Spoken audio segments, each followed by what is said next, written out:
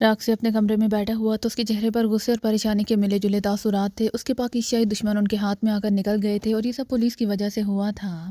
Police کی وجہ سے اسے باسرا ڈان کے ساتھ ایمرجنسی میں بلیک ہاؤس سے نکلنا پڑا تھا۔ اس افراتفری کے عالم میں وہ اپنے دشمنوں کو گولیاں بھی نہیں مار سکے تھے۔ بلیک ہاؤس میں گولڈ سرکل کے آدمیوں کی تعداد کم تھی۔ اپنے ہیڈ کوارٹر پہنچ کر اڈان نے گولڈ سرکل کے ٹاپ ایکشن گروپ کو پولیس اسٹیشن پر کارروائی کا حکم دیا تھا۔ انہیں یقین تھا کہ پولیس پاکیزیائی ایجنٹوں کو انویسٹیگیشن کے لیے اپنے ساتھ لے گئی ہوگی۔ ان کی ٹاپ ایکشن گروپ نے پولیس اسٹیشن میں بے ہوش کر دینے والی گیس پھیلا کر پولیس ملازمین کو بے ہوش کرنا تھا اور پاکیزیائی ایجنٹوں کو اٹھا کر لے کر آنا تھا۔ ٹاپ ایکشن گروپ کارروائی کے لیے چلا گیا، لیکن کچھ دیر بعد انہیں اطلاع مل گئی کہ بلیک ہاؤس میں آنے والی پولیس وہیں بے ہوش پڑی ہوئی تھی اور پاکیزیائی ایجنٹ وہاں سے غائب ہو گئے تھے۔ اب راڈان بھی پریشان تھا اور راکسی بھی۔ راڈان نے اسے بتایا تھا کہ اس نے چیف کو اس واقعے کی اطلاع دے دی ہے، جس پر چیف نے کافی ناراضگی کا اظہار کیا ہے، لیکن ان کے خلاف کوئی ایکشن نہیں لیا۔ البتہ ہدایت کی ہے کہ پاکیزیائی ایجنٹوں کو جلد سے جلد تلاش کر کے ختم کر دیا جائے۔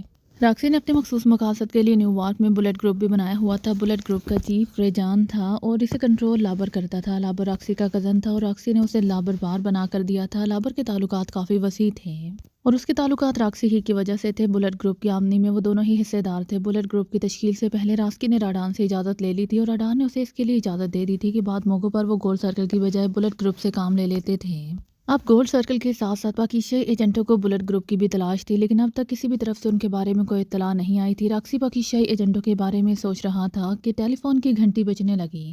Hello Roxy speaking. اس نے ٹیلی فون کا ریسیور اٹھا کر کان سے لگاتے ہوئے کہا۔ راڈان اسپیکنگ۔ دوسری طرف سے راڈان کی مخصوص آواز سنائی دی۔ یہ سواس حکم۔ راڈان کی آواز سن کر راکسی نے مودبانہ لہجے میں کہا، پاکیزیائی ایجنٹ ابھی تک ٹریس نہیں ہوئے ہیں، چیف ناراض ہو رہے ہیں۔ راڈان نے سخت لہجے میں کہا، باس گولڈ سرکل کے تمام گروپ اور بلٹ گروپ سب انہیں تلاش کر رہے ہیں، بس کسی بھی لمحے وہ ٹریس ہو سکتے ہیں اور اب وہ جیسے ہی ٹریس ہوں گے انہیں فوراً گولیوں سے اڑا دیا جائے گا۔ راکسی نے کہا، ہونا بھی یہی چاہیے، تم ان گروپس کی مانیٹرنگ کمپیوٹر پر کر رہے ہو۔ راڈان نے کہا، یہ پاس میں تمام گروپس کے آفیسز کو چیک کر رہا ہوں۔ راکسی نے جھوٹ بولتے ہوئے کہا، انہوں نے تمام گروپس کے آفس میں مخصوص کیمرے لگائے ہوئے تھے جن کی وجہ سے راکسی اپنے دفتر میں بیٹھ کر انہیں دیکھ سکتا تھا۔ عام حالات میں وہ کبھی بھی گروپ کے آفیسز کا جائزہ لے لیتا تھا اور مخصوص حالات میں تو ان کا جائزہ لینا ضروری تھا، لیکن اب پریشانی کی وجہ سے وہ گروپس آفس کا جائزہ لینا بھول گیا تھا۔ لیکن اب جھوٹ بولنا بھی ضروری تھا کیونکہ یہ اس کی کوتاہی تھی اور اگر وہ اپنے کوتاہی کا اقرار کر لیتا تو راڈان نے اسے کوئی سخت سزا دے دینی تھی۔ اوکے، اپنے تمام گروپس کو بھی ہدایت کرو کہ وہ اپنی سرگرمیاں تیز سے تیز کر دیں۔ چیف ان پاکیزیائی ایجنٹوں کو فوری ہلاک کرنا چاہتے ہیں اور اگر ہم ان کا یہ حکم پورا نہ کر سکے تو پھر چیف کو ہماری ضرورت نہیں ہے اور بیکار چیزوں کو سنبھال کر نہیں رکھا جاتا بلکہ ضائع کر دیا جاتا ہے۔ تم سمجھ رہے ہو نا کہ میں کیا کہہ رہا ہوں؟ دوسری طرف سے راڈان نے کہا، اس بات میں اچھی طرح سے سمجھ رہا ہوں، اگر ہم پاکیزیائی ایجنٹوں کا خاتمہ کرنے میں ناکام ہو گئے تو چیف ہمارا خاتمہ کر دے گا اور اس کے لیے یہ معمولی سی بات ہے۔ راکسی نے کہا، بس یہی بات ہے، تم بہت سمجھدار انسان ہو، بات کو فوراً سمجھ جاتے ہو۔ راڈان نے کہا، بس میں گروپس کو بھی ہدایت کر دیتا ہوں اور فیلڈ میں خود بھی موجود ہوں۔ راکسی نے کہا، اب تمہاری اور میری بقا اسی میں ہے کہ چیف کے ان دشمنوں کا فوری خاتمہ کر دیا جائے۔ Okay, wish you good luck. دوسری طرف سے راڈان نے کہا۔ اس کے ساتھ ہی کال کٹ گئی۔ راکسی نے ریسیور کرڈل پر رکھا اور اسے ایک طویل سانس لیا۔ اس نے جھوٹ بول کر خود کو کسی بڑی سزا سے بچا لیا تھا۔ ریسیور رکھنے کے بعد وہ چند لمحوں تک تو ہاتھ پر ہاتھ رکھ کر بیٹھا رہا، پھر اس نے کمپیوٹر کا کی بورڈ اپنی طرف کھینچا اور اس کی انگلیاں تیزی سے حرکت کرنے لگیں۔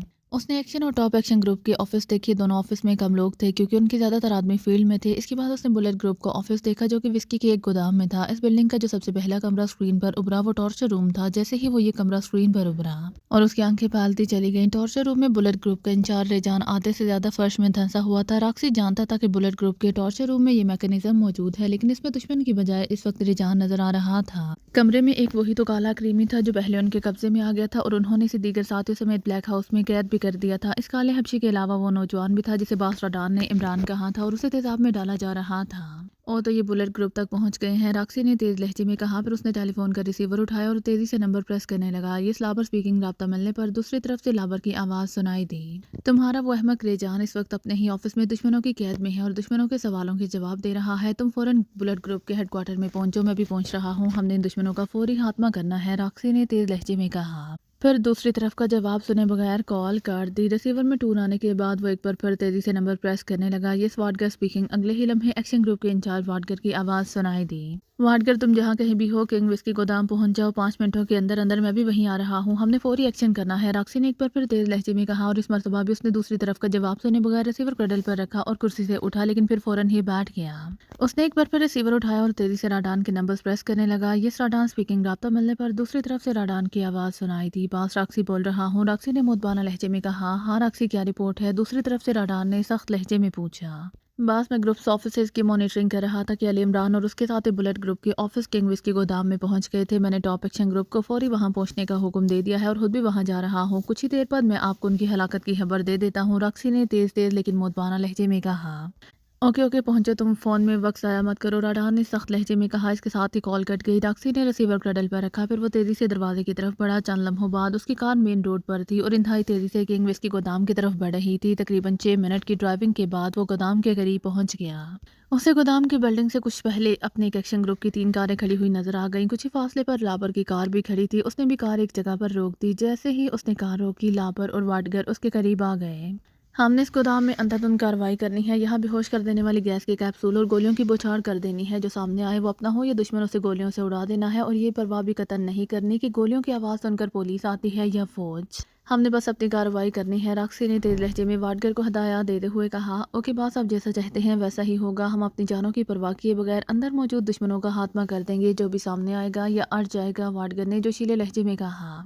गुड, ऐसा ही करना है। चलो अब, रक्सी ने कहा। फिर वो किंग विस्की गोदाम के गेट की तरफ बढ़ गए। लाबर उसके साथ था। वाडगर ने अपने साथियों को इशारा किया। उसके साथ 12 आदमी थे। वो सब भी किंग विस्की गोदाम की तरफ बढ़ने लगे। सब ने एंटी गैस कैप्सूल भी निकल लिए। वो सब एक साथ गेट पर पहुंचे। उन्होंने गेट को धक्का दिया तो गेट खुल गया। एक्शन ग्रुप ने फौरन ही गैस पिस्टल और मशीन पिस्टल से फायरिंग शुरू कर दी और भूखे बेड़ियों की मानंद अंदर दाखिल हो गए। इतनी ज्यादा फायरिंग से पूरा इलाका ही थरा उठा। इमरान, तनवीर, जवान और टाइगर तो चले गए, अब हम कहाँ जाएं? जूलिया ने रोशी से पूछा। इमरान कहकर तो गया है कि हम भी इधर उधर घूमें, शायद कोई क्लू मिल ही जाए, रोशी ने कहा। मिस रोशी, डॉक्टर गोल्ड जिस जहन का आदमी है उसे इस तरह तलाश कर लेना मेरे ख्याल में तो मुमकिन नहीं है, सफदर ने कहा। तो क्या हम यहाँ इसी तरह बैठने के लिए आए हैं? यहाँ बैठे रहें और बोर होते रहें? जूलिया ने कहा। इमरान साहब हमें साथ ले जा रहे थे, हमें उनके साथ चले जाना चाहिए था। अगर हमारा वहाँ कोई काम था भी नहीं तो कम से कम हमें बोरियत तो ना होती। जोहान ने कहा। हाँ, तुम ठीक कह रहे हो, यहाँ रुक कर हम वाकई बोर हो रहे हैं, जूलिया ने कहा। फिर मेरा मशवरा यही है कि हम इमरान साहब के पीछे जाएं, इस मर्तबा सदीकी ने कहा। अब जाने का कोई फायदा नहीं है, अब तो इमरान और दीगर साथी वापस आ रहे होंगे, जूलिया ने कहा। अगर वो वापस आ रहे होंगे तो हम भी उनके साथ वापस आ जाएंगे और अगर वो वहाँ मसरूफ़ हुए तो हम भी मसरूफ़ हो जाएंगे। वेरी सिंपल, रोशी ने कहा। ठीक है, अगर तुम सबकी यही राय है तो फिर हम चलते हैं, जूलिया ने कहा। तो वो सभी खड़े हो गए। वो एक ही कार में सवार हुए। रोशी ने ड्राइविंग सीट संभाल ली थी जबकि जूलिया उसके साथ बैठ गई थी। पिछली सीट पर सफदर, चौहान और सदीकी बैठ गए थे। रोशी मुनासिब रफ्तार से कार ड्राइव करते हुए गार्डन रोड की तरफ बढ़ रही थी। अब तो मुजरिम इतने एडवांस हो गए हैं कि उन्हें तलाश करना भी मसला हो गया है, चौहान ने कहा। ये सब तो इंसान की अकल की वजह से है। इंसानी अकल ही अच्छाइयों के रास्ते पर चलाती है और जराइम के नए नए तरीके भी बताती है, रोशी ने मुस्कुराते हुए कहा। हाँ, इसी अकल ने तो एटम बम, हाइड्रोजन बम बनाए हैं, कीमियाई हथियार ईजाद किए हैं, इंसानों को जंगों में उलझाया और साजिशों में फंसाया है, सदीकी ने कहा। फिर तो किसी ने ठीक ही कहा है कि अकल नहीं तो मौजा ही मौजा, जोहान ने हंसते हुए कहा। हाँ, पागलों को देख लो, फिक्र नफाका, ऐश कर काका, और अकल वालों को देख लो, एक जिंदड़ी गम हजार। बच्चों की तालीम की फिक्र, रोज बरोज बढ़ती हुई महंगाई की फिक्र, बेगम के मेकअप की फिक्र, सेल फोन में क्रेडिट की फिक्र, ऑफिस में बास के गुस्से की फिक्र, घर में बेगम की झड़कियों की फिक्र, बस फिक्र ही फिक्र में है, सदीकी ने कहा। तो वो सब मुस्कुराने लगे। हालांकि अक्ल तो अल्लाह ताला की बहुत बड़ी नेमत है, यही अकल तो है जो इंसानों को जानवरों से अलग करती है, सदीकी ने मुस्कुराते हुए कहा। अच्छा, इस मौजू पर बाद में बात करेंगे, फिलहाल तो मैं आपको ये बता दूं कि हम गार्डन रोड पर पहुंच चुके हैं। वो सामने किंग विस्की गोदाम की बिल्डिंग है, रोशी ने कहा। तो इन सब ने चौंक कर इसकी तरफ देखा जिस तरफ रोशी ने इशारा किया था। इस दौरान उनकी कार इस बड़ी बिल्डिंग के करीब पहुंच गई और उन्होंने सड़क और फुटपाथ पर अफरा तफरी महसूस की। लोग खौफजदा होकर भाग रहे थे और कुछ लोग तो इन्हें फुटपाथ पर गिरते हुए भी दिखाई दिए। किंग विस्की गोदाम का मेन गेट खुला हुआ था। रोशी ने एक्सीलेटर पर एकदम दबाव डाला तो कार तोप से निकले हुए गोले के मानंद गेट की तरफ बड़ी। बिल्डिंग से आती हुई फायरिंग की आवाज़ें उन्होंने सुन ली थी। लोगों को बेहोश होकर गिरते हुए भी उन्होंने देख लिया था, जिससे उन्हें मालूम हो गया था कि बिल्डिंग में बेहोश कर देने वाली गैस फैलाई गई है। जब तक कार इस बिल्डिंग में दाखिल होती, इन सब ने ही मशीन पिस्टल निकाल लिए। बिल्डिंग में दाखिल होते ही उन्हें 1 दर्जन से ज्यादा आदमी नजर आए जो अंधाधुंध फायरिंग कर रहे थे। कार को बिल्डिंग में दाखिल होते देखकर उन्होंने फायरिंग का रुख बदल लिया और कार पर फायरिंग करने लगे। लेकिन रोशी ने कमाल फुर्ती से कार का स्टीयरिंग घुमाया और कार दाएं तरफ होकर पौधों को रोनती हुई बिजली किसी तेजी से आगे बढ़ी। फिर वो बर्क रफ्तारी से बाएं जानिब हो गए। इस वक्त तक कार इन आदमियों के करीब पहुंच चुकी थी। कार पर फायरिंग जारी थी। कई गोलियां कार की बॉडी में लग चुकी थीं, लेकिन रोशी की ये कार बुलेट प्रूफ थी, इसीलिए कार को इन गोलियों से कोई नुकसान नहीं हुआ था। जबकि कार इन आदमियों के सरों पर पहुंची तो उन्होंने छलांगे लगाकर खुद को बचाने की कोशिश की, लेकिन 3-4 आदमी फिर भी कार की लपेट में आ गए। कार से टकराने के बाद वो उछल उछल कर दूर जा गिरे और उनकी चीखें बुलंद हुई। बाकी आदमी पौधों और दरख्तों के पीछे पहुंचने की कोशिश करने लगे, इसीलिए जूलिया और उसके साथियों को कार से निकलने का मौका मिल गया। 1 सेकंड से भी कम वक्त में वो सब कार से बाहर छलांग लगा चुके थे। कार से बाहर आने के बाद फायरिंग जारी रखते हुए वो भी दरख्तों की तरफ बढ़े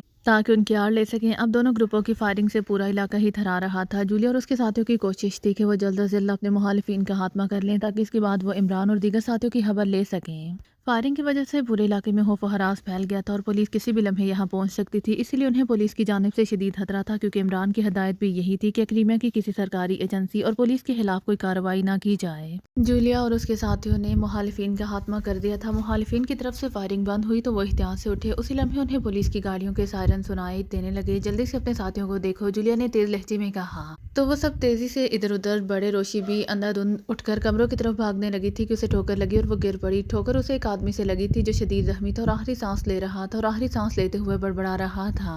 بب بب باس را ڈا ن مو او اس تھا م تھا س۔ روشی نے اس کی بڑبڑاہٹ سنی، اس کے بعد اس نے آخری ہچکی لی اور دم توڑ دیا۔ روشی اٹھنے لگی تو اس کی نظر گیس پسٹل پر پڑی جو لاش کے قریب ہی پڑا ہوا تھا۔ روشی نے وہ گیس پسٹل اٹھا لیا، اسی لمحے اس نے گیٹ سے باہر پولیس گاڑیوں کو دیکھا۔ گاڑیاں رک گئی تھیں لیکن پولیس والے اندر نہیں آ رہے تھے۔ دراصل یہاں اس قدر فائرنگ ہوئی تھی کہ پولیس والوں کا خیال تھا کہ اگر وہ اندر جائیں گے تو پولیس مقابلہ ہو سکتا ہے، اور بہرحال انہوں نے پولیس مقابلے سے بچنا تھا۔ روشی کا خیال درست ثابت ہوا کیونکہ اسی وقت اسپیکر پر اعلان ہونے لگا۔ کنگ وسکی گودام میں موجود مسلح مجرموں کو ہدایت کی جاتی ہے کہ وہ ہتھیار پھینک دیں اور ہاتھ سر پر رکھ کر بلڈنگ سے باہر آ کر خود کو قانون کے حوالے کر دیں۔ بصورت دیگر ان کی زندگی کی کوئی ضمانت نہیں دی جا سکتی۔ پولیس کی طرف سے یہ اعلان بار بار ہونے لگا۔ پھر روشی کو اپنے قریب حرکت محسوس ہوئی تو اس نے پلٹ کر دیکھا۔ جولیا رینگتی ہوئی اس کے قریب آ گئی تھی۔ روشی، ہمارے ساتھی بحیریت ہیں لیکن بے ہوش ہیں، انہیں یہاں کے کمرے میں پہنچا دیا گیا ہے اور انہیں اینٹی گیس انجیکشن لگائے جا رہے ہیں، لیکن اب پولیس سے کیسے جان چھڑائی جائے؟ جولیا نے کہا۔ مجھے یہ گیس پسٹل ملا ہے، میرا خیال ہے ہم گیس پھیلا کر ہی یہاں سے نکل سکتے ہیں۔ روشی نے کہا۔ ایک گیس پسٹل مجھے بھی ملا ہے اور ایک صدیقی کو بھی ملا ہے۔ ٹھیک ہے، اب یہی ایک طریقہ ہے، آؤ کمرے میں چلتے ہیں، ہمارے ساتھی ہوش میں آ گئے ہوں گے، ہم انہیں بتاتے ہیں کہ ہم کیا کرنا چاہتے ہیں، جولیا نے کہا۔ تو روشی نے اس بات میں سر ہلایا، پھر وہ دونوں کرالنگ کرنے لگے جبکہ اعلان بھی ہو رہا تھا۔ کنگ وسکی گودام کو چاروں طرف سے پولیس نے گھیر لیا ہے، لہٰذا اس بلڈنگ سے نکلنے کی کوئی ضرورت نہیں ہے۔ بلڈنگ میں موجود افراد خود کو پولیس کے حوالے کر دیں، پولیس نے کہا۔ انہوں نے اس اعلان پر کوئی توجہ نہیں دی اور اس کمرے میں پہنچ کے جہاں ان کے ساتھی تھے اب وہ سب ہوش میں تھے۔ جولیا نے انہیں بتایا کہ ان کے کیا ارادے ہیں۔ پھر جولیا، روشی اور صدیقی کمرے سے باہر نکل کر چھت کی طرف بڑھے۔ انہوں نے اپنی سانس روک کر بیک وقت بلڈنگ کے 3 اطراف میں گیس کیپسول فائر کر دیے۔ پھر جولیا اور روشی تو نیچے کی طرف بھاگی جبکہ صدیقی چوتھی طرف بھی کیپسول فائر کرنے لگا۔ ان سب نے بلڈنگ کی پچھلی طرف سے نکلنے کا فیصلہ کیا تھا۔ وہ پچھلی دیوار کی طرف بڑھ ہی رہے تھے کہ صدیقی بھی ان کے ساتھ آ ملا۔ ان کی گیس کیپسول فائر کرتے ہی اسپیکر پر اعلان ہونا بند ہو گیا تھا، جسے انہیں اندازہ ہو گیا تھا کہ پولیس والے گیس کی وجہ سے بے ہوش ہو چکے ہیں۔ پچھلی دیوار میں ایک دروازہ تھا جسے تالا لگا ہوا تھا۔ عمران کے پاس سائلنسر لگا ریوالور موجود تھا۔ عمران نے تالے پر فائر کیا تو تالا ٹوٹ گیا۔ پھر عمران نے باہر جھانک کر دیکھا۔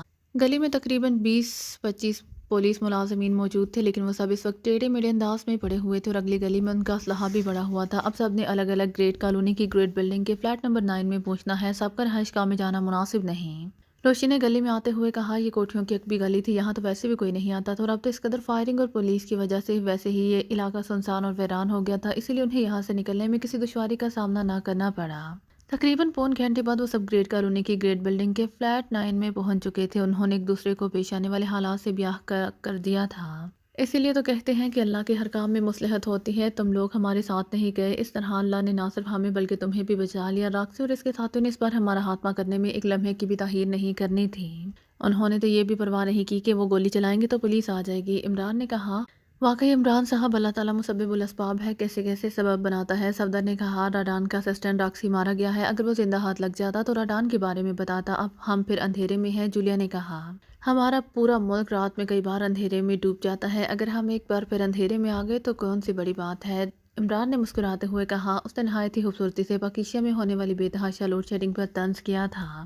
ہم میں سے کوئی بھی راکسی کے بارے میں نہیں جانتا تھا۔ عمران نے بلیک ہاؤس کے حالات بتاتے ہوئے اس کا ذکر ضرور کیا تھا، لیکن ہم تو بے ہوش تھے، اسی لیے اسے اور راڈان کو نہیں دیکھ سکے تھے۔ اگر ہم انہیں زندہ پکڑنے کے چکر میں رہتے تو انہوں نے عمران صاحب، ٹائیگر، تنویر اور جوانا کو گولیوں سے چھلنی کر دینا تھا، لہٰذا ہم نے کوئی رسک نہیں لیا اور انہیں ختم کر دیا۔ اب رہی اندھیرے والی بات، تو اللہ تعالیٰ اندھیرے دور کرنے والا ہے، وہ دن کو رات میں بدل دیتا ہے اور رات کو دن میں، اس لیے مجھے یقین ہے کہ وہ ہمیں کوئی نہ کوئی راستہ ضرور دکھائے گا اور ہمارے ہاتھ ڈاکٹر گول تک ضرور پہنچیں گے، چوہان نے جوشیلے لہجے میں کہا۔ انشاءاللہ، انشاءاللہ، ان سب نے کہا جبکہ روشی کے ہونٹوں پر مسکراہٹ آ گئی۔ تم بڑے ہی مانحیز انداز میں مسکرا رہی ہو، خیر تو ہے؟ عمران نے اسے غور سے دیکھتے ہوئے کہا، میں چوہان کے یقین پر خوش ہو رہی ہوں اور میرا ایمان اور زیادہ پختہ ہو گیا ہے کہ جو اپنے اللہ پر بھروسہ رکھتا ہے اللہ اس کے بھروسے کو ٹوٹنے نہیں دیتا۔ روشی نے بدستور مسکراتے ہوئے کہا، سبحان اللہ، تم نے بہت اچھی بات کہی ہے اور مجھے تو لگتا ہے کہ تمہیں کچھ نہ کچھ معلوم ہو گیا ہے۔ جولیا نے کہا، ہاں، میں جان گئی ہوں کہ راڈان کون ہے اور ہم آسانی سے اس تک پہنچ سکتے ہیں۔ روشی نے کہا، اچھا کون ہے راڈان اور آپ کو کیسے معلوم ہوا؟ تنویر نے بے چین لہجے میں پوچھا۔ اتنی بے چینی، بے قراری اور بےتابی کا اظہار تو محبوبہ سے ملنے کے لیے نہیں کیا جاتا جتنی بے چینی کا اظہار تم ایک مجرم کے لیے کر رہے ہو، عمران نے مسکراتے ہوئے کہا۔ اور مجرم بھی ڈمی، اصل مجرم تو ڈاکٹر گولڈ ہے، جوہان نے بھی مسکراتے ہوئے کہا۔ اچھا اب عمران کے ساتھ ساتھ تم بھی میرا مذاق اڑاؤ گے؟ تنویر نے جوہان کو آنکھیں دکھاتے ہوئے کہا۔ تم لوگوں نے اپنی فضول باتوں کی ٹرین چلا دی ہے، روشی کی بات درمیان میں ہی رہ گئی ہے، جولیا نے غصیلے لہجے میں کہا تو سب نے خاموش ہو کر روشی کی طرف دیکھا۔ ایکریمیا کی ایک بہت ہی معزز ہستی ہے مسٹر تھامسن، بہت بڑا بزنس مین، سیاست میں اس کا بہت عمل دخل ہے، کئی سینیٹر اس کی حمایت سے کامیاب ہوتے ہیں۔ تھامسن آئینے کا روشن رخ ہے راڈان، اس آئینے کا تاریخ رخ، روشی نے کہا۔ مجھے بتاؤ کہاں رہتا ہے تھامسن، میں بھی جاتا ہوں اور اسے اٹھا کر لے کر آتا ہوں، تنویر نے جوش سے کہا۔ اے مسٹر، تم پنجابی فلموں کا ویلن اور تھامسن ہیروئن نہیں ہے کہ تم اسے اٹھا لاؤ گے، عمران نے کہا۔ یار صفدر، میں تو برداشت کی انتہا کو پہنچ چکا ہوں، اب مزید میرے سے برداشت نہیں ہوتا۔ یہ بندہ ٹیم کو فورن مشن پر بھیجتے وقت چیف 2-3 ممبران کو پاکیزہ میں روک لیتا ہے، اب میں چیف سے گزارش کروں گا کہ وہ مجھے ہی روک لیا کرے۔ میں اس کے ساتھ نہیں چل سکتا، تنویر نے صفدر کو مخاطب کرتے ہوئے تنگ آئے ہوئے لہجے میں کہا۔ تنویر بھائی، عمران تو چاہتا ہے کہ آپ ٹیم کے ہمراہ ہوں ہی نہ، یہ آپ کو اپنے راستے کا پتھر سمجھتا ہے اور اپنے راستے سے ہٹانا چاہتا ہے اور اپنے آپ کے لیے خود آسانی پیدا کر رہے ہیں، روشی نے نہایت ہی سنجیدہ لہجے میں کہا تو تنویر نے پہلے روشی اور پھر عمران کو دیکھا۔ خدا کا نام لو روشی، کیوں مجھے تنویر کا ہاتھوں مروانا چاہتی ہو؟ میں تو تنویر سے صرف مذاق کرتا ہوں، ورنہ دل سے تو میں اس کی عزت کرتا ہوں، عمران نے بوکھلائے ہوئے لہجے میں کہا۔ عمران، میں تو تمہیں کالج کے زمانے سے جانتی ہوں، تنویر کو تنگ کرنے کا تمہارا مقصد صرف یہی ہے کہ تنویر یا تو جذبات میں آ کر کسی دن خودکشی کر لے یا پھر تمہارے ساتھ مشن پر جانے سے انکار کر دے، اور جس دن تنویر نے انکار کیا چیف نے اسے گولی مار دینی ہے، یعنی دونوں صورتوں میں فائدہ تمہارا ہی ہونا ہے، روشی نے اس مرتبہ عمران سے کہا تو تنویر کا چہرہ سرخ ہو گیا۔ روشی، مجھے تم سے یہ امید نہیں تھی کہ عمران کی طرح تم بھی تنویر سے مذاق کرنے لگو گی، جولیا نے فوری مداخلت کرتے ہوئے کہا۔ ایک وجہ تو یہ تھی کہ بات اس پر آ رہی تھی اور دوسری وجہ یہ کہ غصے کی وجہ سے تنویر کا چہرہ سرخ ہو گیا تھا، روشی نے بھی تنویر کی حالت دیکھ لی تھی، اسی لیے اسے مزید تنگ کرنا مناسب نہ سمجھا۔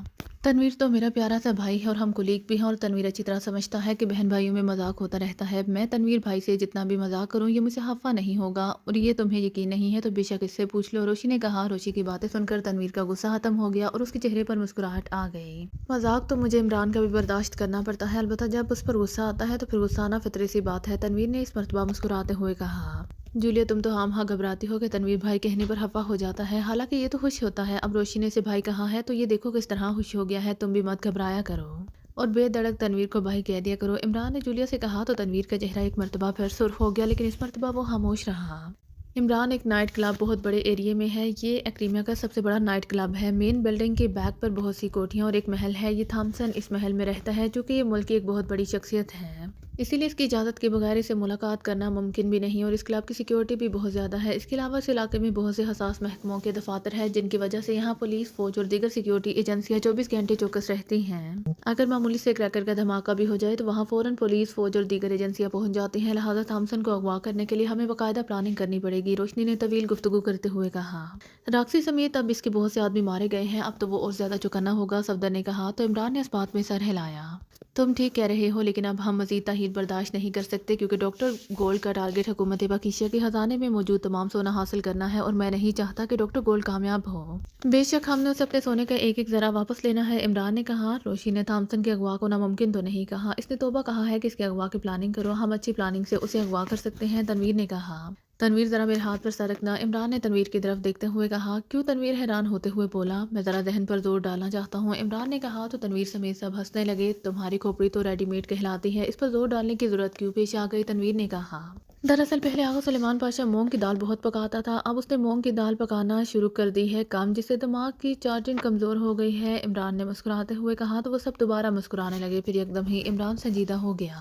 تھامسن اپنے کمرے میں بے چینی سے ٹہل رہا تھا، اس کا اسسٹنٹ راکسی پاکیزیائی ایجنٹوں کے ہاتھوں مارا گیا تھا اور گولڈ سرکل کو راکسی ہی کنٹرول کرتا تھا، راڈان کی حیثیت سے وہ کبھی کبھی تنظیمی معاملات کو دیکھ لیتا تھا لیکن زیادہ تر وہ فون پر ہی راکسی کو ہدایات دے دیتا تھا۔ اسے کمرے میں ٹہلتے ہوئے کافی دیر ہو گئی تھی کہ اس کی سیل فون کی گھنٹی بجنے لگی، اس نے ٹہلنا بند کیا، اس کے پاس 2 مخصوص سیل فون تھے، ایک سیل فون پر ڈاکٹر گولڈ سے اس کی بات ہوتی تھی، دوسرے پر وہ کسی راکسی سے بات کرتا تھا، یہ سیل فون اسے ڈاکٹر گولڈ نے دیے تھے۔ یہ دونوں نمبر دنیا کے کسی بھی سیل فون کمپنی کے نہیں تھے، وہ اس بات پر حیران ہوتا تھا کہ وہ کس کمپنی کا نیٹ ورک استعمال کر رہا ہے لیکن وہ کوئی اندازہ نہیں لگا پاتا تھا، ڈاکٹر گولڈ کی کال جس نمبر سے آتی تھی وہ بھی عجیب و غریب نمبر ہی تھا، راڈان کی حیثیت سے وہ یہی 2 نمبر استعمال کرتا تھا، البتہ تھامسن کی حیثیت سے وہ لینڈ لائن نمبر بھی اور سیل فون بھی استعمال کرتا تھا، وہ نمبر ایکریمیا کی ایک مخصوص کمپنی کے تھے اور ان نمبرز کے بارے میں معلومات حاصل کرنا ممکن نہیں تھا۔ सेल फोन की घंटी बजने लगी तो उसने टेबल की तरफ देखा। गोल्ड सर्कल के लिए इस्तेमाल होने वाले दोनों सेट टेबल पर रखे हुए थे और जिस सेल फोन से उसकी बात डॉक्टर गोल्ड से होती थी उसकी घंटी बज रही थी। वो टेबल की तरफ बढ़ा, उसने सेल फोन उठा लिया। यस चीफ, राडान स्पीकिंग, उसने सेल फोन कान से लगाते हुए कहा। राडान पाकिस्तानी एजेंटों का कुछ पता चला। दूसरी तरफ से डॉक्टर गोल्ड की आवाज़ सुनाई दी। चीफ, गोल्ड सर्कल के तमाम ग्रुप्स उन्हें ट्रेस कर रहे हैं। वो लोग किसी भी वक्त ट्रेस हो सकते हैं। मैंने उन्हें हदायत कर दी है, जैसे ही वो ट्रेस हों उन्हें बमों से उड़ा दे जाए। राडान ने इंतहाई मुतबाना लहजे में कहा। राडान, मुझे तुम्हारी कारकर्दगी पर बहुत मायूसी हुई है। तुम एक मामूली से बदमाश थे। तुम्हारी हैसियत नाली के गलीज कीड़े से ज़्यादा नहीं थी। मैंने तुम्हें नाली से निकाला, एक्रीमी मुआशरे में एक मुकाम दिया। इतना मुकाम दिया कि तुम एक्रीमियन हुक्मरानों के इंतखाब का हिस्सा बन गए, एक्रीमिया के किंग मेकर बन गए। तुम्हें एक मजबूत, ताकतवर और बावसाइल तंजीम दी और अब ज़िंदगी में पहली बार मेरे चंद दुश्मन एक्रीमिया आए हैं, तुम उन्हें ट्रेस ही नहीं कर पा रहे। जबकि वो तुम्हारी तंजीम को ख़त्म करने के दर पे हैं, तो फिर क्यों ना मैं तुम्हें ऑफ कर दूं और तुम्हारी जगह कोई बहादुर, ज़हीन और बासलाहियत आदमी ले आऊं। दूसरी तरफ से डॉक्टर गोल्ड की सर्द आवाज़ सुनाई दी और राडान जैसे जैसे उसकी बातें सुनता गया वैसे वैसे उसका चेहरा जर्द होता गया। डॉक्टर गोल्ड की गुफ्तगू के आखिर में राडान के माथे पर पसीने के कतरे भी नमूदार हो चुके थे और उसके जिस्म में सर्द लहरें भी दौड़ रही थीं। चीफ, मुझे एक मौका दें, आपको मुझसे मायूसी नहीं रहेगी। मैं गोल्ड सर्कल के इन दुश्मनों का नामो निशान मिटा दूंगा, बस मुझे थोड़ा सा वक्त दे दे, राडान ने लरसते हुए कहा। ओके, मैं तुम्हें आखिरी मौका दे देता हूँ। मुझे उनकी तरफ से कोई परेशानी नहीं है, क्योंकि दुनिया इधर से उधर की हो जाए वो मुझ तक नहीं पहुँच सकते, ना ही वो मेरे सेटअप की राह में हायल हो सकते हैं। मैंने पाकिस्तान में मजीद चंद कार्रवाइयाँ करनी हैं और इसके बाद अफ्रीका को टारगेट बनाना है, क्योंकि अफ्रीका में भी गोल्ड बहुत ज़्यादा पाया जाता है। नुकसान उन्होंने तुम्हारा ही करना है। वो तुम्हें ट्रेस करते हुए तुम तक पहुँच गए तो वो तुम्हें ख़त्म कर देंगे और थोड़े से इंतज़ार के बाद जब मैं देखूंगा कि वो लोग तुमसे ट्रेस नहीं हुए और गोल्ड सर्कल के लिए वो खतरा है, तो मैं तुम्हें ऑफ कर दूंगा। गोल्ड सर्कल को कुछ अरसे के लिए अंडरग्राउंड कर दूंगा। जब ये लोग मायूस होकर एक्रीमिया से वापस चले जाएंगे तो तुम्हारी जगह किसी और को देकर गोल्ड सर्कल को नए सिरे से एक्टिव कर दूंगा, डॉक्टर गोल्ड ने बदस्तूर सर्द लहजे में कहा। नन नन, नो बास, ऐसा नहीं होगा। ये लोग मारे जाएंगे, आज ही मारे जाएंगे, राडान ने हकलाते हुए कहा। अब उसके जिस्म में बाकायदा कपकपाहट शुरू हो गई थी। मैं भी चाहता हूँ कि ऐसा ही हो। अब ये बताओ कि राक्सी के बाद तुम अपना असिस्टेंट किसे बना रहे हो? दूसरी तरफ से डॉक्टर गोल्ड ने कहा। चीफ, इस सिलसिले में मैं आपके हुक्म का मुंतजिर हूँ, राडान ने कहा। नहीं, तुम मेरे हुक्म का इंतजार मत करो और अपनी मर्जी से अपना असिस्टेंट बना लो। मैं तुम्हें कल तक की मोहलत दे रहा हूँ। कल तक इन पाकिस्तानी एजेंटों का खात्मा हो जाना चाहिए। आप तो मुझे कॉल कर सकोगे, मैं तुम्हें कॉल नहीं करूंगा। कल रात तक अगर मुझे पाकिस्तानी एजेंट जिंदा हुए तो तुम्हारे जिस्म में मौजूद माइक्रो बम ब्लास्ट हो जाएगा। और हाँ, तुम्हें मालूम तो है कि मैं क्रीमिया में बैठ कर रियासत बालान पाकिस्तान अफ्रीका से सोना हासिल कर सकता हूँ, वो भी हज़ारों, लाखों और करोड़ों लोगों की मौजूदगी में। तो तुम अगर कहीं जाकर छुप भी जाओ, चाहे चांद और मरीख पर ही क्यों ना चले जाओ, मैं तुम्हारे जिस्म में मौजूद माइक्रो बम ब्लास्ट कर सकता हूँ। डॉक्टर गोल्ड की बदस्तूर सर्द आवाज़ सुनाई दी। राडान कुछ कहना चाहता था, लेकिन दूसरी तरफ से कॉल मुनक़िता हो गई। राडान ने सेल फोन टेबल पर रखा, टिश्यू उठाकर अपने चेहरे पर आया हुआ पसीना साफ किया। फिर वो अपनी कुर्सी पर बैठकर लंबे लंबे सांस लेने लगा। टेबल पर विस्की की बोतल रखी हुई थी। उसने बोतल उठाकर मुंह से लगाई और बोतल में मौजूद तमाम विस्की पी गया। अब उसकी हालत कुछ बेहतर हो गई थी। उसने टेबल पर रखा हुआ सेल फोन उठाया और नंबर प्रेस करने लगा। Yes, big man speaking. Call receive होने के बाद दूसरी तरफ से आवाज़ आई, राडान स्पीकिंग। राडान ने करख्त लहजे में कहा। यस बास, हुक्म फरमाइए। दूसरी तरफ से बिग मैन की मौतबाना आवाज़ सुनाई दी। बिग मैन, पाकिस्तानी एजेंटों के सिलसिले में तुमने अब तक क्या किया है? राडान ने कहा। बास, गोल्ड सर्कल का एक एक आदमी उन्हें ट्रेस कर रहा है। पूरे न्यूयॉर्क में गोल्ड सर्कल के आदमी फैले हुए हैं और पाकिस्तानी एजेंटों की बू सूंघते फिर रहे हैं। बास, मुझे उम्मीद है कि हम बहुत जल्द उन्हें ट्रेस कर लेंगे। बिग मैन की आवाज़ सुनाई दी। सुनो बिग मैन, अगर तुमने कल के सूरज तुलू होने से पहले पाकिस्तानी एजेंटों को ट्रेस कर लिया तो तुम गोल्ड सर्कल के सेकंड बास होगे। रॉक्सी की जगह तुम्हें दे दी जाएगी। लेकिन अगर तुम नाकाम रहे तो फिर जिस तरह हम पाकिस्तानी एजेंटों को तेजाब के ड्राम में फेंकना चाहते थे, इस तरह मैं तुम्हें तेजाब के ड्राम में फेंक दूंगा। तुमने सुन लिया है कि मैं क्या कह रहा हूँ? राडान ने सख्त लहजे में कहा। यस पास, मैंने सुन लिया है। कल का सूरज तुलू होने से पहले पहले पाकिस्तानी एजेंट जिंदा या मुर्दा आपके सामने होंगे। दूसरी तरफ से बिग मैन की आवाज़ सुनाई दी। साफ महसूस हो रहा था जिस तरह वो डॉक्टर गोल्ड से बात करते हुए कांप रहा था, इसी तरह बिग मैन भी कांप रहा था। Okay, wish you good luck, Radan ने कहा। फिर उसने कॉल एंड का बटन दबाकर टेबल सेट पर फेंक दिया। उसने बिग मैन को फ़ोन तो कर दिया था, लेकिन वो मुतमईन नहीं था। इतने बड़े शहर में चंद मखसूस इंसानों को तलाश कर लेना आसान काम नहीं था। उसे साफ महसूस हो रहा था कि अब उसकी मौत का वक्त करीब आ रहा है। डॉक्टर गोल्ड ने उसके जिस्म में नस्त माइक्रो बम को लाजमन ब्लास्ट कर देना था और जो बातें डॉक्टर गोल्ड ने उससे की थी वो सच भी थी। डॉक्टर गोल्ड ने उसे जरे से आफ्ताब बना दिया था और वो अब डॉक्टर गोल्ड के चंद दुश्मनों को ही ट्रेस नहीं कर पा रहा था। फिर वाकई इतनी बड़ी तंजीम का डॉक्टर गोल्ड को कोई फ़ायदा नहीं था। वो कोई ऐसी प्लानिंग सोचना चाहता था कि पाकिस्तानी एजेंटों का यकीनी तौर पर खात्मा हो सके। उसे सोचों में डूबे न जाने कितनी देर हो गई कि अचानक वो चौंक पड़ा। कमरे की गहरी खामोशी में टेलीफोन की घंटी एकदम तेज सायरन की तरह बजने लगी थी। इस घंटी को सुनकर वो चौंका था। वो कुछ देर तक तो टेलीफोन को घूरता रहा और अपने दिमाग को पुरसुकून करता रहा। वो टेलीफोन उठाना नहीं चाहता था, लेकिन फ़ोन की घंटी थी कि मुसलसल बज रही थी। आखिर उसने हाथ बढ़ाकर रिसीवर उठा लिया। ये उसका इंतहाई पर्सनल नंबर था और इस नंबर पर चंद खास अफराद का ही फ़ोन आता था। ये थॉमसन स्पीकिंग। उसने रिसीवर कान से लगाते हुए कहा, ओ लगता है कि तुम बहुत उदास हो रहे हो। दूसरी तरफ से कैटी की आवाज़ सुनाई दी। कैटी उसकी खास दोस्त थी और अक्रीमियन पार्लियामेंट में सेनेटर थी। राडान ने ही उसे सेनेटर लग बनवाया था। वो पिछले चंद दिनों से सरकारी दौरे पर मुल्क से बाहर थी। तुम वाकई मेरी मिजाज आशना हो, इसीलिए मेरी आवाज़ से ही मेरी कैफियत का अंदाज़ा लगा लेती हो। राडान ने मुस्कुराते हुए कहा। कैटी का साथ उसे बहुत सुकून पहुंचाता था, इसीलिए उसकी आवाज़ सुनकर उसका मूड खुशगवार हो गया था। हाँ, मैं तुम्हारी मिजाज आशना हूँ और जानती हूँ कि तुम इस वक्त मुझे मिस कर रहे थे। दूसरी तरफ से कैटी की शोह आवाज़ सुनाई दी। तुम टूर से कब वापस आई हो? राडान ने उससे पूछा। अभी अभी, और चूंकि मैं तुम्हें बहुत मिस कर रही थी इसलिए फ़ौरन तुम्हें फ़ोन कर रही हूँ। दिल तो चाहता था कि उठकर तुम्हारे पास पहुँच जाऊँ, लेकिन मसरूफियात। कैटी ने जुमला अधूरा छोड़ दिया। मसरूफियात तो चलती ही रहती हैं कैटी, और फिर ज़िंदगी का भी कोई भरोसा नहीं, इसीलिए इंसान को जो भी वक्त मिले उसे चाहिए कि अपने प्यारों से ज़रूर मिले। राडान ने उदास लहजे में कहा। उसे एकदम डॉक्टर गोल्ड की धमकी याद आ गई थी। ओ लगता है कि तुम शदीद बोरियत और उदासी का शिकार हो। फ़ौरन मुझसे मिलो, ड्रिंक करेंगे, बातें करेंगे, रोमांस करेंगे। मैं तुम्हारी सारी बोरियत और उदासी दूर कर दूंगी। तुम्हें खुश करने के मुझे तमाम गुराते हैं। कैटी की आवाज़ सुनाई दी।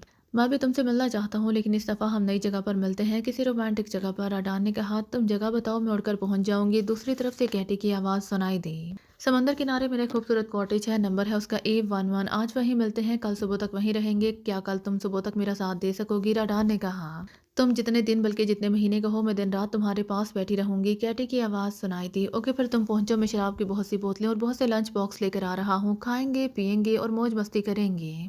इस मौज मस्ती को अपनी ज़िंदगी की आखिरी मौज मस्ती समझकर एंजॉय करेंगे। राडान ने कहा। ऐसा मत सोचो, खैर मुझसे मिलोगे तो मैं तुम्हारा मूड भी ठीक हो जाएगा। तुम भी पहुंचो, मैं तो बस आधे घंटे तक साहिल समंदर पहुंच रही हूँ। दूसरी तरफ से कैटी ने कहा। Okay, I love you. Radan ने कहा। इसके साथ उसने रिसीवर रख दिया। फिर उसने इंटरकॉम का रिसीवर उठाकर अपनी सेक्रेटरी का नंबर प्रेस किया। ये सर। फ़ौरन ही दूसरी तरफ से रिसीवर उठा लिया गया और सेक्रेटरी की आवाज़ सुनाई दी। मेरी रोज़ राइस में डार्क क्वीन का एक क्रेट और 8-10 लंच बॉक्स रखवा दो, फिर मुझे बताओ। राडान ने तहकुमाना लहजे में कहा। ओके, दूसरी तरफ से सेक्रेटरी ने कहा। तो राडान ने रिसीवर रख दिया। फिर तकरीबन 5 मिनट बाद इंटरकॉम की घंटी बाज उठी तो उसने रिसीवर उठा लिया। यस, राडान ने रिसीवर कान से लगाते हुए कहा। सर, आपके हुक्म की तामील कर दी गई है, उसकी सेक्रेटरी ने बताया। थैंक यू, उसने कहा। फिर उसने रिसीवर क्रडल पर रख दिया और उठ खड़ा हुआ। वहाँ से साहिल समंदर 20 मिनट की ड्राइव पर था। वो 20 मिनट में अपने कॉटेज पहुँच गया था। उसके कॉटेज के बारे में इसका कोई आदमी भी नहीं जानता था। डॉक्टर गोल्ड ने जो कि उससे कहा था कि अब वो इसे कॉल नहीं करेगा, इसीलिए वो कोई भी सेल फोन सेट नहीं लाया था। बिग मैन से वो कल सुबह तक खुद बात करना नहीं चाहता था और बहैसियत थॉमसन वो किसी से कोई बात नहीं करना चाहता था। वो बस कैटी के साथ वक्त गुजारना चाहता था, इसीलिए वो सब सेल फोन सेट ऑफ करके अपने ऑफिस में रखाया था। उसे कॉटेज में आए हुए 10 मिनट हुए थे कि कॉटेज के दरवाजे पर दस्तक हुई। वो समझ गया कि कैटी आ गई है। वो उठकर दरवाजे पर आया। उसने दरवाज़ा खोला, लेकिन दरवाजे पर कैटी की बजाय एक नौजवान लड़की और जवान मर्द खड़े थे। जी फरमाइए, उसने हैरत भरे अंदाज में उन्हें देखते हुए कहा। वो सर, हम इस साथ वाले कॉटेज में रहने के लिए आए हैं। हमारी विस्की की बोतल शीशे की थी जो गिरकर टूट गई। अगर आपके पास विस्की हो तो प्लीज़ हमें एक बोतल दे दें, हम कल आपको लौटा देंगे। अगर आपने हमें विस्की ना दी तो हमारी आज की रात खराब हो जाएगी। मर्द ने मिन्नत भरे लहजे में इससे कहा। लड़की की आंखों में भी इल्तिजा थी। अच्छा, मैं तुम्हें डार्क क्वीन की एक बोतल देता हूँ, राडान ने उनसे कहा और मुड़ा। वाओ, डार्क क्वीन, ये तो कीमती तरीन शराब है, मज़ा आ जाएगा, लड़की ने खुश होते हुए कहा। लेकिन राडान ने मुड़कर उनकी तरफ नहीं देखा। उसे ये भी मालूम नहीं था कि अंदर आने के बाद मर्द ने कॉटेज का दरवाज़ा भी अंदर से बंद कर दिया था। राडान इस कमरे में आ गए जहाँ उसने डार्क क्वीन का क्रेट रखा था। उसने क्रेट में से एक बोतल उठाई और इन दोनों की तरफ बढ़ाई। थैंक यू सर, लड़की ने बोतल उसे लेते हुए कहा। फिर उसी लम्हे बिजली सी चमकी। राडान को यूं महसूस हुआ जैसे उसके सर पर धमाका हुआ हो, फिर उसे कोई होश ही ना रहा हो। उसे दोबारा होश आया तो उसने खुद को कुर्सी पर पाया, लेकिन वो रस्सियों से बंधा हुआ था। ये क्या हरकत है और कौन हो तुम? राडान ने अपने सामने बैठे हुए नौजवान मर्द और लड़की से कहा। हाय स्वीट हार्ट, तुमने मुझे पहचाना नहीं? मर्द ने कहा। तो राडान बुरी तरह से चौंका और उसकी आंखें हैरत से फैलती चली गईं, क्योंकि उसके हलक से बिल्कुल कैटी की आवाज़ निकली थी। का क्या मतलब? ये आवाज़ और लहजा तो कैटी का है, राडान ने हैरत से हकलाते हुए कहा। तो मैं कौन हूँ जान? मैं कैटी ही तो हूँ, नौजवान ने मुस्कुराते हुए कहा। राडान उसे घूरने लगा। वो कुछ देर तक इसे घूरता रहा। तो तुमने मुझे फ़ोन करके यहाँ बुलाया है? कुछ देर बाद राडान ने सर हिलाते हुए कहा। मैंने नहीं, तुमने मुझे यहाँ बुलाया है, ये तुम्हारा ही तो कॉटेज है, नौजवान ने बदस्तूर मुस्कुराते हुए कहा। तुम हो कौन और चाहते क्या हो? राडान ने सख्त लहजे में कहा। ہاں وہی ہیں جن کی تلاش میں تم سرگردہ ہو، اور ڈاکٹر گولڈ نے تمہیں موت کا الٹیمیٹم بھی دے دیا ہے، نوجوان نے اس مرتبہ بدلی ہوئی آواز میں کہا، اور اس کی آواز سن کر وہ بری طرح چونکا، لیکن اگلے ہی لمحے اس نے خود پر قابو پا لیا۔ وہ یہ آواز بلیک ہاؤس میں سن چکا تھا، یہ آواز عمران کی تھی۔ میں تمہاری بات نہیں سمجھا، کون ڈاکٹر گولڈ اور میں کسے تلاش کر رہا ہوں؟ راڈان نے حیران ہوتے ہوئے کہا۔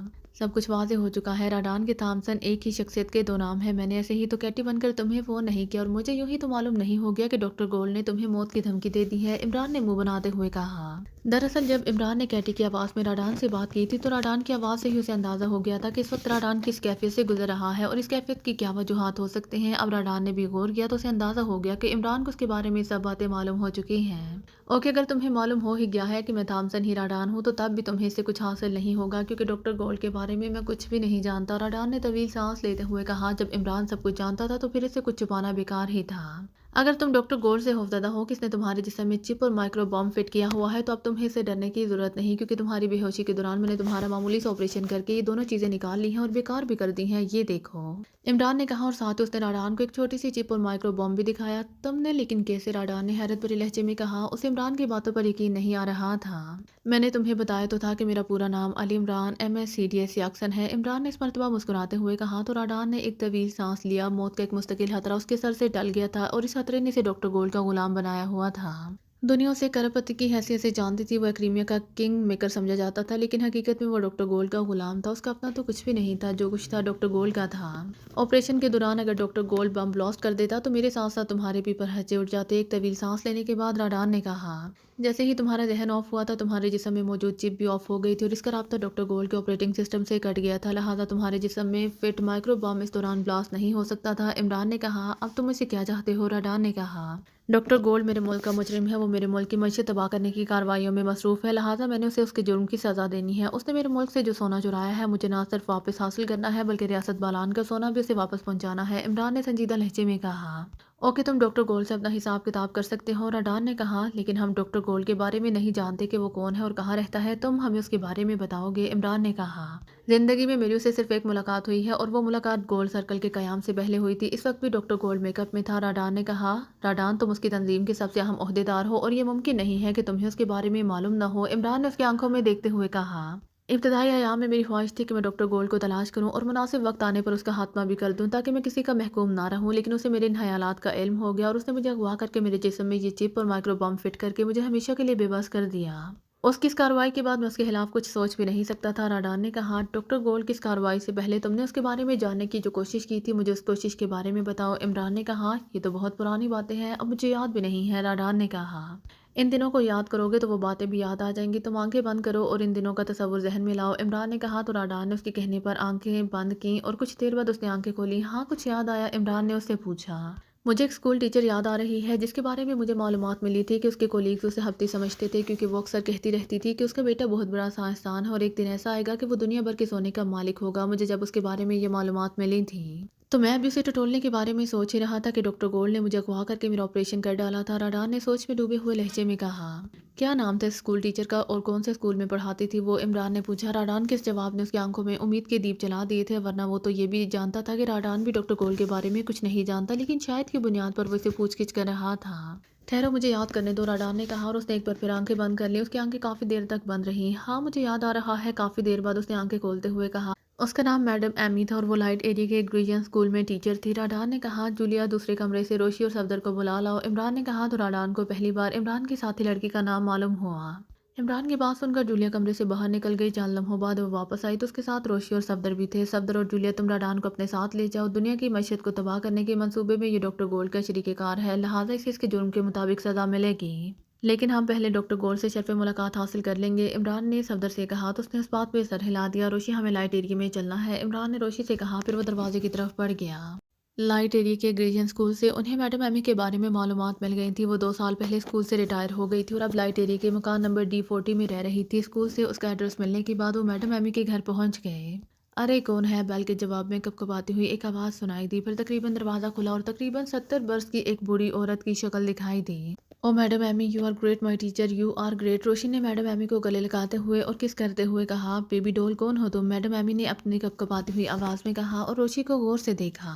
मैडम मैं आपकी स्टूडेंट हूँ कैथरीन, मुझे याद है एक शरारत पर ब्लैक लिस्ट से करके स्कूल से निकाला जा रहा था, लेकिन आपने मेरी हमायत की, ना सिर्फ मुझे ब्लैक लिस्ट होने से बचाया बल्कि मुझे खारिज भी ना होने दिया। अगर मैं स्कूल से खारिज हो जाती तो मेरा करियर तबाह हो जाता। मैडम आज मैं डॉक्टर कैथरीन हूँ, मारूफ साइंसदान, और ये सब आपकी मेहनत और मेहरबानी की वजह से है, रोशी ने कहा और उसका हाथ पकड़कर चूमने लगी। मुझे तो ऐसा कोई वाक़या याद नहीं, बूढ़ी हो गई हूँ शायद इसलिए। बहरहाल आओ अंदर आ जाओ, अपने स्टूडेंट से मिलकर मुझे बहुत खुशी होती है, मैडम एमी ने कहा। फिर उनके रास्ता जोड़ा, वो दोनों इसके साथ घर में दाखिल हो गए। ये तुम्हारा शोहर है? इन दोनों को ड्राइंग रूम में बिठाने के बाद मैडम एमी ने पूछा। नहीं मैडम, अभी हमने शादी तो नहीं की, शायद शादी कर भी लें। ये भी साइंसदान है, इसका नाम डॉक्टर जे है, हम एक ही लेबॉर्ट्री में काम करते हैं, रोशी ने कहा। अच्छा अच्छा ठीक है, साइंसदान का दोस्त साइंसदान ही हो सकता है, और जवानी में तो दोस्तियां भी बहुत होती हैं। खैर इन बातों को छोड़ो, तुम ये बताओ कि तुम इससे मिलने वैसे ही आई हो या मुझसे कोई काम भी है, मैडम एमी ने कहा। मैडम कुछ दिनों से आप मुझे याद आ रही थी, इस एहसान के हवाले से आज मैंने जे से कहा कि आपसे मिलने जाना है, तो हम आ गए। जे तुम्हें मेरी टीचर कैसी लगी? रोशी पहले मैडम एमी से और फिर इमरान से कहा। मैडम एमी तो बिल्कुल मेहरबान माँ की तरह लगती हैं, इमरान ने मैडम एमी की तारीफ करते हुए कहा। अरे हाँ याद आया मैडम, आपका एक बेटा भी तो था जिसे आप साइंसदान बनाना चाहती थी। माँ के जिक्र पर रोशी ने ऐसे कहा जैसे उसे भी याद आया हो कि मैडम एमी का एक बेटा भी था। हाँ मैं अपने बेटे को बहुत ग्रेट देखना चाहती थी, इसीलिए मैंने उसका नाम भी ग्रेटर रखा था, और मेरी ख्वाहिश के मुताबिक वो साइंसदान ही बना, मैडम एमी ने कहा। अरे वाह, मेरी फेवरेट टीचर का बेटा भी साइंसदान है और मुझसे कभी मिले ही नहीं। मैडम कहाँ होता है, उससे मिलकर भी मुझे यकीनन खुशी होगी। जिस तरह आप ग्रेट हैं इस तरह वो भी ग्रेट होगा, रोशी ने कहा। हाँ ग्रेट तो वो बन गया है, लेकिन अब उसके पास माँ को मिलने के लिए वक्त नहीं होता। वो महीनों बाद मुझे मिलने आता है। बहुत अरसा पहले उसने बातों के दौरान बताया था कि उसने जजीरा मार्कन खरीद लिया है, अब वो इस जजीरे को सोने से भर देना चाहता है। इसके बाद उसने कभी मुझे ये नहीं बताया कि वो अब कहाँ रह रहा है और क्या कर रहा है। मैं पूछ भी लूँ तो टाल देता है। अब तो 3 महीने हो गए हैं, वो मुझसे मिलने भी नहीं आया, मैडम एमी ने कहा। बस मैडम, आज के दौर के नौजवान ऐसे ही हैं, बूढ़े वालिदैन पर तवज्जो नहीं देते, रोशी ने कहा। कैथरीन हम लेबॉर्ट्री से 1 घंटे की छुट्टी लेकर आए थे, अब 40 मिनट गुजर चुके हैं, इमरान ने कहा। जी मैडम से बातें करते हुए वक्त गुजरने का एहसास ही नहीं होता। मैडम मैं अब आपसे मिलने आया करूंगी, इस वक्त मुझे इजाज़त दे, हमारे पास वक्त के बहुत पाबंद है, रोशी ने कहा।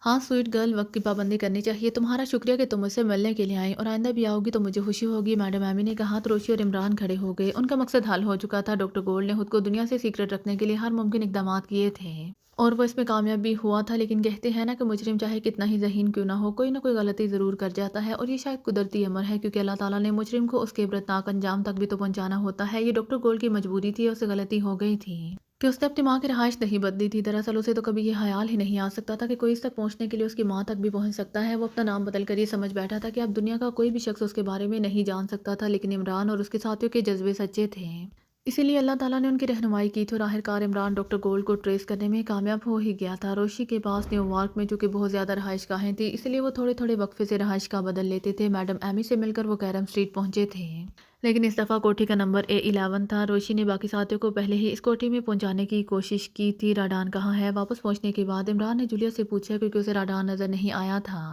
आते हुए उसे रास्ते में किसी तरह होश आ गया था और उसने भागने की कोशिश की, नतीजे के तौर पर वो मारा गया, जूलिया ने कहा। तो इमरान ने इस बात में सर हिला दिया। तुम ये बताओ कि तुम्हें डॉक्टर गोल्ड के बारे में कुछ मालूमात मिली? तनवीर ने पूछा। डॉक्टर गोल्ड मेडलिस्ट यहाँ कहाँ गोल्ड मेडल मिला था? ठहरो मैं पूछ कर आता हूँ, इमरान ने कहा। अगले ही लम्हे वो कमरे से बाहर निकल गया, जबकि बाकी वो सब अरे अरे करते रह गए। सिर्फ रोशी के चेहरे पर मुस्कुराहट थी, क्योंकि वो जानते थे कि इमरान जजीरा मार्केट के बारे में मालूमात हासिल करने गया है। जजीरे पर जाने के लिए उसे अभी कुछ इंतजाम करने थे, इसीलिए वो भी उठ खड़ी हुई और कमरे से बाहर निकलती चली गई। जजीरा मार्कन एक छोटा सा जजीरा था जो न्यूयॉर्क के साहिल से 1000 नॉट के फासले पर था। इस जजीरे के अतराफ में ज़मीन से आसमान की तरफ हर वक्त धुआं सा छाया रहता था, जो दरअसल S6 और S7 रेजिस के मिलने से बना था। ये रेजिस डॉक्टर गोल्ड की ही इजाद थी। उनकी मौजूदगी में कोई भी जानदार ना तो जजीरे में दाखिल हो सकता था और ना ही जजीरे से बाहर निकल सकता था। जजीरा फलदार और गैर फलदार दरख्तों से भरा हुआ था। इस जजीरे के दरमियान में खूबसूरत महल था, और ये महल डॉक्टर गोल्ड ने तामीर कराया था। इस महल में उसकी इंतहाई खूबसूरत लेबॉर्ट्री भी थी। इस लेबॉर्ट्री के एक बड़े कमरे में 3 बड़ी बड़ी मशीनें, सिलेंडर, पाइप, जहाजी साइज टेबल, टेबल पर 4 कंप्यूटर रखे हुए थे। डॉक्टर गोल्ड इस कमरे में बैठकर अपनी इजाद करदा मखसूस गैसों और रेस की वजह से हजारों लाखों किलोमीटर दूर से सोना चुरा लेता था। सोना रेत के जरों से भी छोटे जरों में तब्दील होकर गैसों और रेस में मिलकर इस कमरे में पहुंच जाता था, जहां वो इसे दोबारा साइंसी अमल से गुजार कर उसकी असली हालत में ले आता था, और खुदकार निजाम के तहत सोना इस महल के नीचे बने हुए तहखाने में पहुंच जाता था। तहखाना सिर्फ महल ही के नीचे नहीं थे, बल्कि सारे जजीरे के नीचे बने हुए थे, क्योंकि इसका इरादा पूरी दुनिया के सोने के ज़खायर चुराने का था। इस कमरे के अलावा दूसरे कमरों में भी बड़ी बड़ी मशीनें थी, और ये मशीनें इसके कई सिस्टम चला रही थी। इसके अलावा इस जजीरे पर 50 आदमी और रहते थे। ये सब तरबियत याफ्ता थे। लेकिन ये ज़हनी तौर पर डॉक्टर गोल्ड के गुलाम थे। डॉक्टर गोल्ड ने मखसूस अद्वियात के ज़रिए उन्हें अपना गुलाम बनाया हुआ था। अब ये मरते दम तक उसके गुलाम थे। S6 और S7 गैसेस की वजह से किसी का भी जजीरे में दाखिल होना मुमकिन नहीं था। इसके बावजूद इन 50 में से 40 आदमी जजीरे के मुख्तलिफ हिस्सों में रहते थे और उन्हें हुक्म था कि अगर ये किसी अजनबी को देख लें तो उसे फ़ौरन गोली मार दें। बाकी 10 आदमी महल में उसकी हिफाजत के लिए मामूर थे। वो इस महल में बादशाहों से भी बढ़कर शाहाना ज़िंदगी गुजार रहा था। अपने साइंटिफिक सिक्योरिटी सिस्टम की वजह से उसे यकीन था कि इस जजीरे में उसकी इजाज़त के बगैर कोई परिंदा भी पार नहीं मार सकता था। वो ज़्यादातर अपने लेबॉर्ट्री में ही मसरूफ़ था। कभी कभी उकताकर वो न्यूयॉर्क जाता था और जब वो न्यूयॉर्क जाता था तो मुख्तलिफ मेकअप में होता था। अपनी इजादात के जरिए उसने रियासत बालान का तमाम सोना चुरा लिया था और इसके बाद उसने एशियाई मुल्क पाकिस्तान को अपना टारगेट बनाया था क्योंकि उसने पाकिस्तान सीक्रेट सर्विस की बहुत तारीफ सुनी थी। उसने या उसके किसी कारिंदे ने भाग दौड़ करके तो सोना नहीं चुराना था, इसलिए उसने यही फैसला किया था कि कार्रवाई से पहले चैलेंज किया जाएगा ताकि दुनिया भर के मीडिया में इसका चर्चा भी हो। उसकी ये ख्वाहिश भी पूरी हो रही थी। उसकी बनाई हुई मुजरिम तंजीम गोल्ड सर्कल भी नहायत फाल, तेज़ और आला कारकर्दगी की हामिल तंजीम थी। उसे यकीन था कि उसके ताकुब में जो भी आया गोल्ड सर्कल उसका खात्मा कर देगी। जब से उसने कार्रवाइयाँ शुरू की थीं तब से उसने गोल्ड सर्कल को रेड अलर्ट भी कर दिया था। उसे खुद को तो खतरा था ही नहीं क्योंकि उसे तो कोई जानता ही नहीं था। अलबत्ता अपने ताकुब में आने वाले को ख़त्म करके वो दिली सुकून हासिल करना चाहता था। पाकिस्तान सीक्रेट सर्विस की शोहरत की वजह से उसने गोल्ड सर्कल के राडान को कुछ ज़्यादा ही सख्त हदायत दे दी थी और अब उसे यकीन था कि राडान जल्द ही उसे पाकिस्तान सीक्रेट सर्विस के मेम्बरान के हाथ में की खबर सुनाएगा। वो राडान के फ़ोन का इंतज़ार कर रहा था लेकिन उसका ये इंतज़ार काफ़ी तवील हो गया था। उसने राडान से कह तो दिया था कि अब वो इसे फ़ोन नहीं करेगा लेकिन वो खुद बेचैनी महसूस कर रहा था और चाहता था कि राडान को फ़ोन करे। फिर उसने राडान को फ़ोन करने की बजाय उसके जहन से रब्ता करके उसके हालात जानने का सोचा क्योंकि उसने राडान के जिस्म में चिप और माइक्रो बम भी फिट किया हुआ था। ये फैसला करके वो उठा और उसने एक कंप्यूटर पर एक सॉफ्टवेयर को मखसूस कमांड से ओपन किया तो तेज़ी से एक फ़ाइल ओपन हुई और इस फाइल को पढ़कर डॉक्टर गोल्ड कुर्सी से उछल पड़ा। कंप्यूटर उसे बता रहा था कि चिप और माइक्रो बम दोनों ऑफ हो चुके हैं। ओ ये कैसे मुमकिन है, ये कैसे हो गया है, उसने चिल्लाते हुए कहा। फिर वो कंप्यूटर के सामने से उठा और तकरीबन दौड़ता हुआ अपने ऑफिस टेबल तक पहुंचा जिस पर कई सेल फोन सेट रखे हुए थे। इन सेटों पर भी उसने बहुत काम किया था। वो नेटवर्क तो क्रीम की एक कंपनी का था लेकिन कंपनी को भी मालूम नहीं था कि उस वक्त का नेटवर्क इस्तेमाल हो रहा है। उसने एक सेट उठा लिया। इस सेट से वो राडान को कॉल करने लगा लेकिन जब लिंक ना हुआ तो उसे हैरत का एक और झटका लगा क्योंकि राडान का सेल फोन ऑफ था। ओ उसने मेरा मखसूस नंबर ऑफ कर दिया है। क्यों क्यों डॉक्टर गोल्ड ने फिर चलाते हुए कहा और उसने एक बार फिर नंबर दबाया लेकिन नतीजा वही पहले वाला बरामद हुआ।